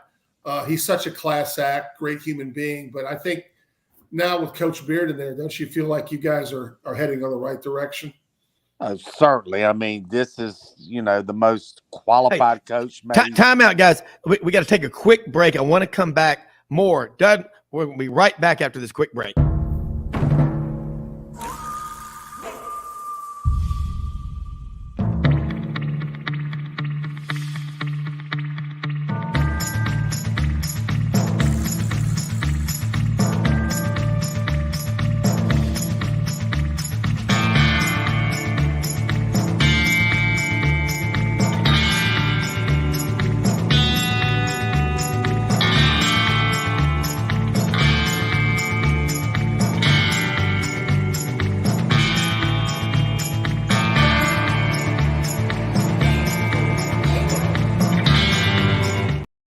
All right, told you we'd be right back. RumbleBoxingGym.com/Midtown Memphis.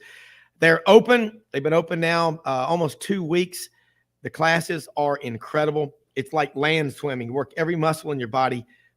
45-minute workouts. 1835 Union Avenue, right on the corner of Union and McLean, across from Walgreens. Bottom line, show up, be hydrated, and be ready. They've got all the equipment there. They've got great gear. And Camp Lee, the first of 3 locations in the Memphis market, RumbleBoxingGym.com. You want to get in great shape, you want to take out a lot of frustration, you just finished paying taxes or whatever, go to RumbleBoxingGym.com. Hattiesburg, Mississippi. Hattiesburg, I love it. But you were saying something about Chris Beard, and that you're already starting to see some seismic, tectonic plate shifting. This guy is going to make Ole Miss good yesterday. Yeah, that's you look at. I was talking about his qualifications coming in here to Ole Miss. He might be the most qualified coach to come in Ole Miss, and I don't know, the last 30, 40 years. I mean, they've had some very splash type hires. We think of Lane Kiffin, just one from immediate thing, but nobody. I mean, the guy, he goes everywhere. He goes to Little Rock for all places. First year, wins 30 games, and they beat number one Michigan State seed there in the tournament. And then the next year goes to Texas Tech. They're in the NCAA tournament. Second year, they're in the final, the grade A. Third year, they make the championship game. He goes to Texas. First year, they advanced to the NCAA tournament. This year, they go a step farther. Of course, he was dismissed in the regular season. So not only someone that is going to win, but he's going to win fast. And the portal is what he thrived on at Texas Tech. He started going a little bit more the high school route. Now, his first year at Texas, he had 8 portals in his first year, which he'll do at Ole Miss. But then that second year, obviously he got his roots in there, and he got 3 5-star signees there. And then the second year, full class, he got 4 3 5-stars, 1 4-star. Will he be able to recruit at that high of a level in the high school ranks at Ole Miss? Probably not, but he's proven that he's being able to supplement that with the portal. He was kind of ahead of the times with the portal, kind of like a Lane Kiffin. So it's really a good spot for him at Ole Miss. One that that have done it at all levels, doing it at a school similar to Ole Miss basketball, a Texas Tech type program. So the excitement is sky high. I think the season tickets will be sold out before the year starts. There's a lot of enthusiasm around the program without question there. Yeah, and he's not going to have to go out and plead for an arena to be built. He's got the pavilion. They've got Raising Cane chicken tenders, folks. I love those. It's worth going to the games just to get the food. Most food that you eat at a game, they wouldn't serve at Fort Benning. It's really good. But Matt, you talk about Chris Beard, man. He's a wild man. That it takes that to come in and also say, hey, the guys I'm going to win with are already here. We're going to make some changes. Some of you, you're going to have to move on, go get a job at the mall selling pet food. I don't know. You're not fit for service, but he will find and he will fix that problem. I mean, he won 30 games at Arkansas Little Rock. He brought in Wes Flanagan, recruiting. Man, it doesn't take 10 years to build a basketball program. It doesn't take 5. It takes 1. Yancy laid it out right out greatly, because you look at his bio, it doesn't take him long wherever he's been to get to the top. And, it's going to be interesting, I think, too, when you look at, obviously he's going to do well in the portal, but I'll be curious if he can come into Memphis and high school wise and maybe get some of the top kids here. Penny has had an interesting run so far from a recruiting standpoint. He's kind of a mixed bag of goods. I'll be curious, because I just think Chris resonates with a lot of young kids, and he's obviously intense. He's going to push you to be a better man, a better basketball player. And, I just hope, he's learned from his last encounter. And, I have some really good friends that know him. I don't know Chris personally, but I think, he's gone through a rough patch, and I'm really excited he's got a second opportunity. And I just think, if I'm an Ole Miss basketball fan, I am just thrilled to death. And I've been down at that pavilion, and it's just a beautiful, great basketball venue at Ole Miss. And I think he's going to rock and roll. Yeah, and the practice facilities, they don't get talked about much, but their IP out there, the basketball is as good as any in the country. So it's all there for him. And the biggest, thing is to be NIL fund. And I think he has what it needs to succeed. But you got Lane pulling him. You got Coach Joe now pulling him over there. Women's basketball, obviously with the baseball program, there's a lot of different arms, hands trying to get in that pie, more than at most universities, because one sport usually dominates each university. But Ole Miss is kind of unique that is, you have 2 to 3 sports that are really kind of equal. I mean, people don't understand how big baseball really is at Ole Miss. Yeah. Other universities, their coaches aren't even dare trying to get their hand in the pile like they do at Ole Miss. So there's a lot of hands in that pile for that NIL funds, and that'll be, really tell the tale in the end, I think. Yeah. And I think too, you get all those coaches working together. They support one another. I mean, they're all, they got an AD, Keith Carter, who's, he played basketball at Ole Miss. He loves that place. But I think the important thing is you got a fan base that is starved. And that means they will invest financially into facilities. And as far as, NIL, this is the question. How long will NIL last like it is now? Because take a survey and ask people, are you going to really put more into NIL than you are into your own kids or to tithing at your church or whatever? I mean, that's kind of where we are. But if they took a survey, guys, privately, Matt, you being a coach and Yancy, we cover it. I bet you they hate NIL, but they hate the portal. Of course they do. Yeah. Yeah. And look at all the coaches that have left because they're tired of dealing with it. I mean, I don't know if Jay Wright's ever publicly said this, but I think he was tired of the BS. I mean, I think Mike Bray was, even though it's probably the right time for him to leave Notre Dame, get on TV, re-energize, and maybe come back. Because there was talk.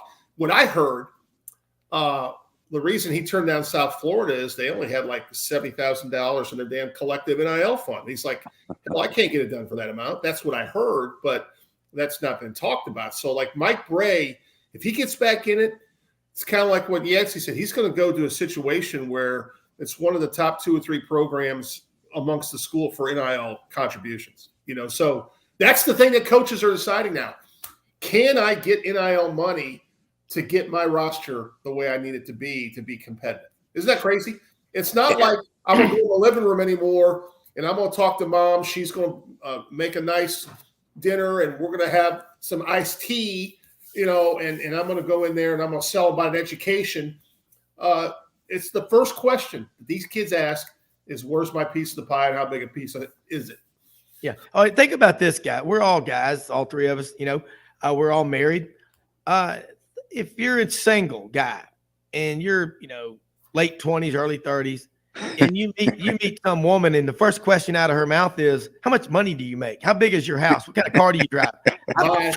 See you later. I got one of my friends. She's thinking about it. Don't you worry about that. The small ones just don't say anything. That they investigate on the behind the scenes. But but like my buddy Barry, don't think they're not thinking about it. I know, but my buddy Barry Blackburn, who died about 9 years ago, said best. He was very successful, and he was divorced, and he never remarried. And he said he'd meet a girl out and said, "What do? You're driving this, whatever." And he go, "I'm a rodeo clown."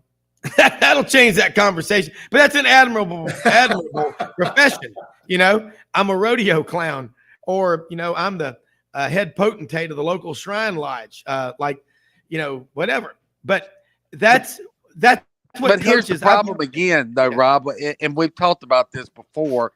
The whole thing with the NIL was supposed to be about sharing the profits with the student athletes that have not been shared with through the history of the NCAA. So you're talking about hundreds of years that the student athletes have not profited from the game that they play. It is not supposed to be about fans putting money in a fund to pay them on the side. The schools and the NCAA should be sharing the money with the players, and they put the onus again on the fans. And now the schools aren't raising as much money as they can for the private contributions, so they're raising the ticket prices even more and the seat license agreements more, and everything is going more and more and more on the fans, not the schools, not the NCAA. They got it totally backwards. Yeah, and let me say this. I got these figures from our friend Franz Beard, GatorbaitMedia.com on Monday. These are the updated endowment figures for the SEC. And I'm going to throw a question to both of y'all. Texas, $42.67 billion. A&M, billion. Texas A&M, $18.24 billion. Vanderbilt, private university, but it's $10.21 billion. And then Oklahoma, $2.7 billion. Florida, 2.3, Alabama, and that's all of them. UAB, University of Alabama, Huntsville, University of Alabama, Tuscaloosa is 1.87 billion. Missouri, 1.75. Georgia, 1.685. Kentucky, 1.684. Tennessee, 1.501. Arkansas, $1.466 billion. Auburn, $1.005 billion. LSU, $1.1 billion. South Carolina, $989 million. Ole Miss, $775, and Mississippi State, $689.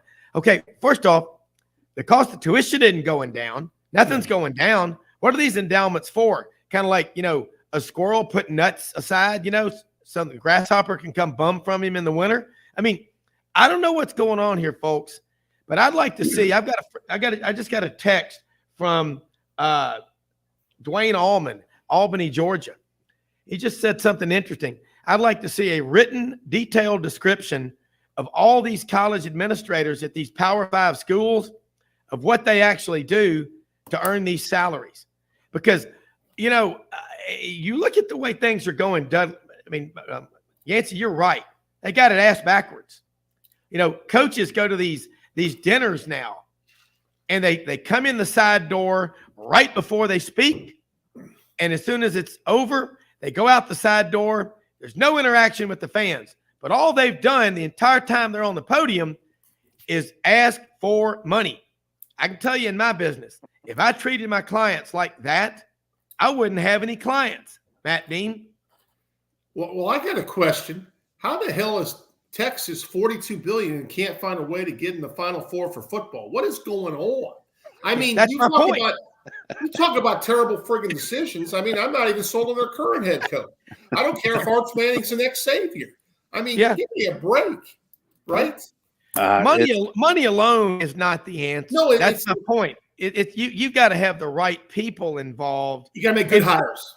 And remember, But Rob, they shouldn't be taking the endowment money. That was given from the alumni and the fans. The money should be coming from the schools and from the NCAA, the ones that have made the money off the players, the TV contracts, all the seat license agreements, the revenue from ticket sales. All that should be shared with the players, not from the fans. Yeah. Well, here's what we need to do from a business standpoint. Take the total revenues brought into, let's say, the SEC, okay? What do? They do revenue sharing. The conference office gets a share. Yep. The other 14, soon to be 16 members, each get an equal share, okay?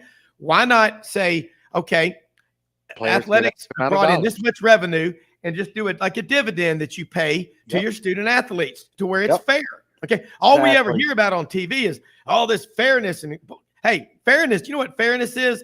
Go work your ass off and get something. The only thing someone's ever going to give you in life is an STD or a pink slip, okay? You've got to go out there and earn it. But I'm with you, Matt. $42 billion, and you can't – you hadn't won one national championship since 1970. I'm like, what are they doing with this endowment money? Please tell me. And for a second, I'm not going to get into the schematics of endowment or collective or whatever. Yeah. But this is almost like a Major League Baseball model, because that's why the Yankees are always good, because they get local TV money. That's why the Dodgers are always good. They get they get these TV contracts. So we should have a luxury tax somehow formula where if people are getting so much, they should be penalized and it gets spread out to other people. But we're not going to go that because we're not treating them as employees. And until we treat them as employees, which we really don't want to do from a state legal perspective, this is never going to work. It's not fixable. Guys, this is the wild, wild west, and it's not fixable. Yeah. Well, when your kids, we all have kids. You got 2. I got 4. Yancy's got 2. If they're constantly asking you for money, you know what you tell them? Get a job. Okay? Hey, most often we say the face of Christ and the least among us. Folks, we live in the greatest country in the history of the world. Free speech, the First Amendment, will be protected fervently, always on Sidelines. We're free to talk as we please. And again, go out and give with the expectation, not of getting something for it, but just give out of the goodness of your heart to what you truly believe in, because you don't have to do anything. This is a free country. Yancy, about out of time. We've got about a minute and a half left. Please tell people how they can follow you, keep up with all your great work. And Matt, I love what you said. And that's another topic about, do you want to make them employees or not? Because you can't keep going to the fans. You know, how many times can you shake the cup in front of them? But Yancy, close it out for us. Yeah, just you can follow me anywhere at Yancy Porter. Not too many Yancys around, so it's very simple. Twitter, Facebook, TikTok, Instagram, anywhere you want at Yancy Porter. But yeah, they as we've all been talking about, my closing argument is they got to start sharing from the revenue from the schools and not the fans. They got to get this right. The schools are never, the NCAA are never going to try to make that happen because they don't want money taken away from them. But until they do that, the system's broken. Yeah, because 98.5% of the students on campus at Ole Miss or Alabama or Georgia are not athletes. Now, they've got to pay back their student loans. They got to pay for tuition. They got to pay for everything. There's going to be a class action lawsuit come. They're going to go get someone like Alan Dershowitz or something to represent them, but it's going to get ugly. The free market will fix this thing, but I'm going to tell you, the universities are sitting on these piles of cash. Franz Beard said University of Florida is sitting on $2 billion worth of cash right now. Now, if you're a money manager and you're doing that, you're an idiot. Why are universities treated any differently? But you're gonna beat on the fans. You're gonna ask one time too many. It's gonna be like musical chairs. You're gonna be caught without a chair, and the fans will start entering the portal. You better watch it. We got to get this right. Yancy, Matt, Dudley, Dawson, Jake Wimberly, all of you, our listeners, everybody, God bless you. We live in the greatest country in the world. Yancy, close us out because you have the best close of any guest we have. May everybody have a blessed day. God bless. All right, thank you. We'll see y'all here soon. Thanks, have a great day. We are out of here until tomorrow morning. Thank you, guys. Thanks.